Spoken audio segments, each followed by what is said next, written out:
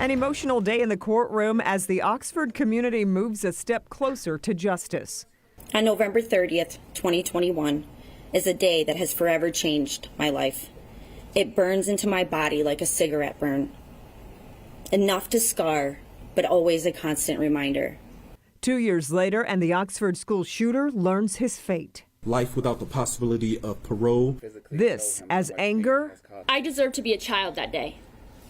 A student who made it to her class, not someone's target practice. Tears. It has been 738 days of reliving the tragedy in my head every single hour. And messages for the teenager who pulled the trigger flood a courtroom and an emotional packed sentence hearing. You may have caused the pain and terror as you intended to do, but you did not destroy us. There is more love and light in this world because of the legacies of Justin, Tate, Hannah, and Madison. All of this as a small amount of closure comes to those waiting far too long. More than 700 days later, and the shooter gets life in prison without the possibility of parole. That story, of course, tops our news here at 10 o'clock. Thanks for being with us. I'm Kimberly Gill. And good evening. I'm Damon Fernandez in for Devin Skillian tonight. The long-awaited sentencing day in the case of the Oxford school shooter comes to an end. Yeah, he walked out of the packed courtroom today after learning he will stay behind bars for the rest of his life. Parents of Hannah St. Juliana, Justin Schilling, Madison Baldwin, and Tate Meir came face-to-face with the Oxford school shooter today.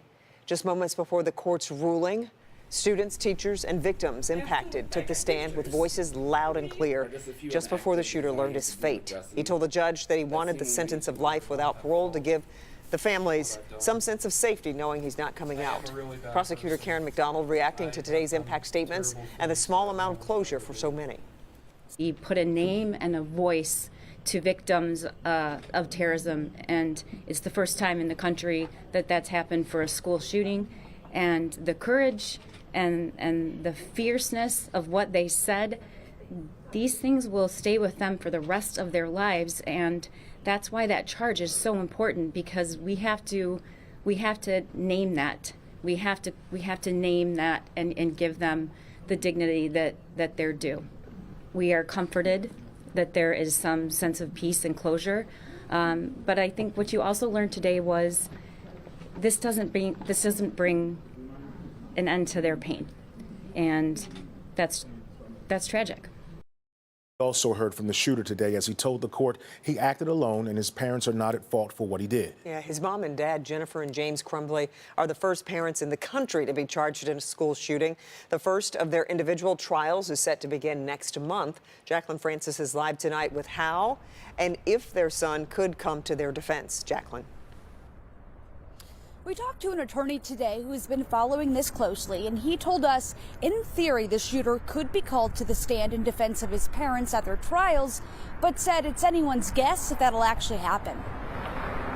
My actions were because of what I chose to do. The confessed Oxford shooter taking full responsibility for his actions. And the one who led to why we are here today. I do not diminish any ability to anyone who could have stopped me. Of anyone of a school or parents. They did not know, and I did not tell them what I planned to do, so they are not at fault. Leaving some to wonder if and how this could affect his parents' pending trials. I have done terrible things that no one should ever do.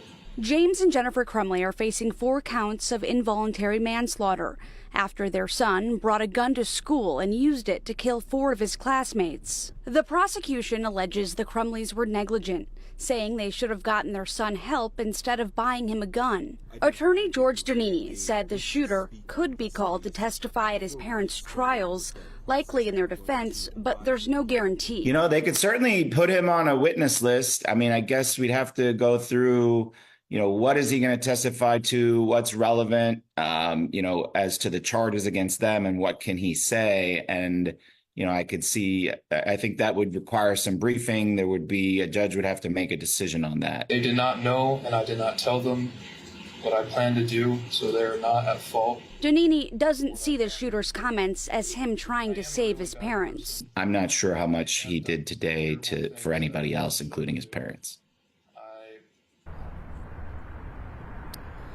The shooter's parents did request to be there today at their son's sentencing hearing in court, but the judge had previously denied that request. The parents remain behind bars. Reporting live in Detroit, Jacqueline Francis, Local 4. Okay, Jacqueline, thank you. And we encourage you to take a look at our coverage on clickondetroit.com. That's where you can find the constant updates our team was posting throughout the day, and it has the full video of today's hearing. All of the coverage is on our homepage right now.